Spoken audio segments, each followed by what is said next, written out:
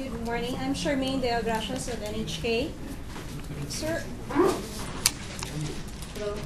you've been mentioning about armed combatants, the presence and the predisposition in certain areas that you said was also one of the reasons why we had to resort to martial law. Since when, would you like to qualify these armed combatants? What are they? Who are they? If they belong to the Alcatuans, since when have the Alcatuans become a rebel group? As we all know, we only monitor the MILF to be the active rebel group in the area. Since when? Since after November 23? Yes, as I said earlier, these forces that have been, or these groups that have been named, actually previously belonged to different extension units of the government, like the CAPGU, the CAA, the SCAA, and the CBOs. But after November 26, or on November 26, when action was being taken against the suspect in the multiple murder, apparently all of these forces switched their allegiance to the family instead of performing their functions and duties which they had sworn to, namely to defend the Constitution, defend the Republic, and implement the laws of the land. They now became the instruments for violating the law of the land, and were no longer following the chain of command. They were no longer subscribing to the laws of the land.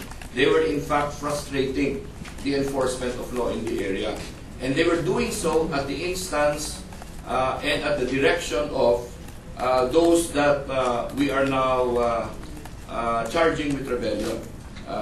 So all of those that actually engaged in these acts were engaging in acts of rebellion from that time onwards. So there are two stages here that we are really talking about. We really did not want to resort to this. I personally have been against going into any kind of martial law situation. But when it was no longer possible to get the legal actions that we required, judges were no longer free to exercise their authority. All the prosecutors in Maguindanao were no longer reporting for work. The key offices that needed to be handling these situations were closed down and nothing was operating. And on top of that, these armed groups now began to position themselves in such a way that movement was restricted, that people could no longer be free to implement whatever actions they needed to take in furtherance of normal public service. Then we needed to take action. You will note from the presentation that prior to the declaration of martial law, we already directed the takeover of the municipal halls and the provincial capital. You will remember in one of the previous media attempts to enter the provincial capital, no one was allowed to enter. Now that was already the beginning actually of the defiance that was being displayed against the national government. And this was really the incipient rebellion at that time.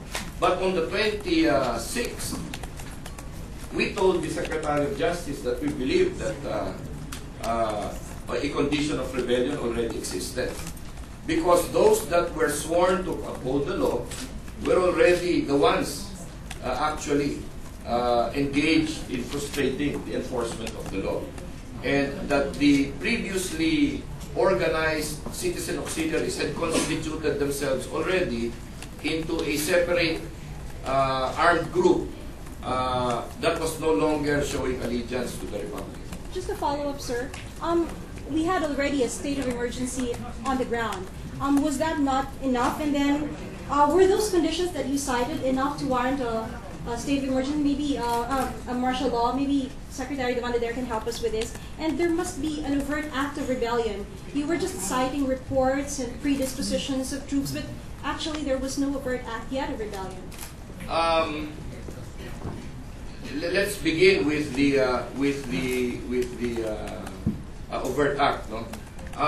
Coming up with armored vehicles that have their own markings, not authorized by the Republic of the Philippines, is an overt act constituting organizing your own army, which is in itself an act of rebellion.